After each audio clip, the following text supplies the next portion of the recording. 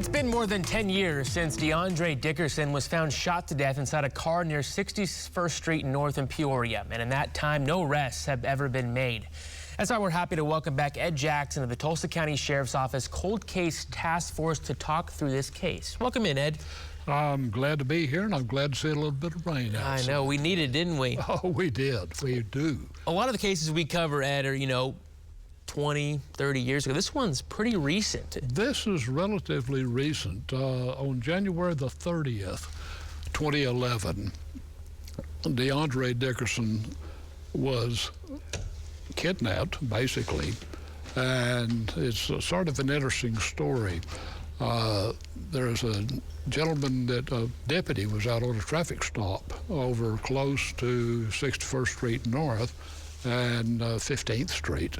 And a motorist came up and told him that he had seen a car parked in the grass, windshield wipers running, and a man laying beside it. Well, of course, the deputy said, "Lead me to it," and the man did. As it turned out, he was the property owner there.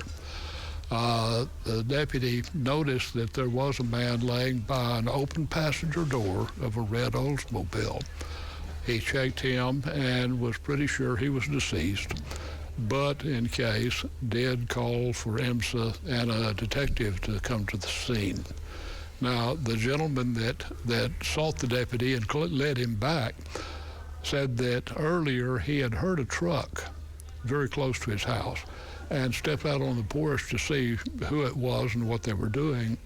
And as he stepped out, he saw a black over yellow truck leaving the area. That's when he also noticed the car sitting on his property and noticed that his fence had been broken down. He saw the man laying by the car and told his wife to call 911, and he was going to drive around and find a deputy, and indeed he did. But the body, because he was deceased, had no identification. They finally found out who he was through fingerprints, that he was DeAndre Dickerson. He was 27 years old, and November 30th, 2011 was the last day of his life. It looks like the killer was driving his car and DeAndre was in the passenger seat.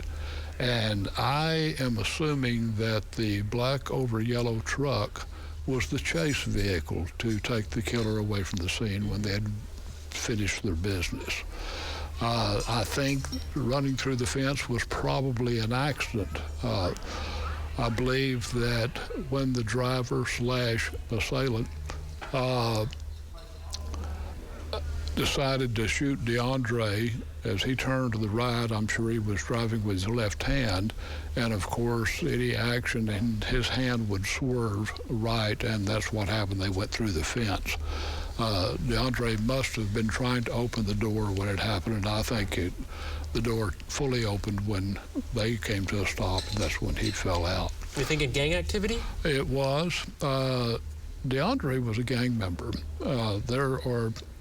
Unfortunately, we have a real problem with that. As a matter of fact, in 2018, they did the best survey they could and determined that in Tulsa there are over 4,000 gang members. But the rumor was that DeAndre had testified in court against a gang member from another gang, and this man went to prison. The rumor is that from prison he put out a contract to kill DeAndre. We don't know if that's a fact. It could be, or we don't know whatever else he might have been into.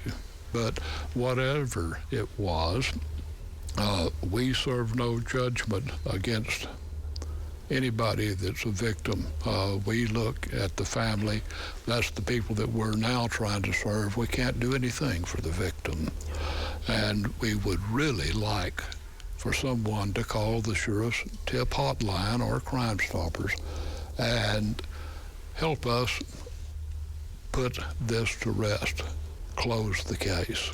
Well, Ed, thank you so much for being here. Like Ed said, if you have any information that can help investigators solve this case, call the Tulsa County Cold Case Task Force tip number on your screen, 918-596-8836. Ed, thank you so much. We appreciate it.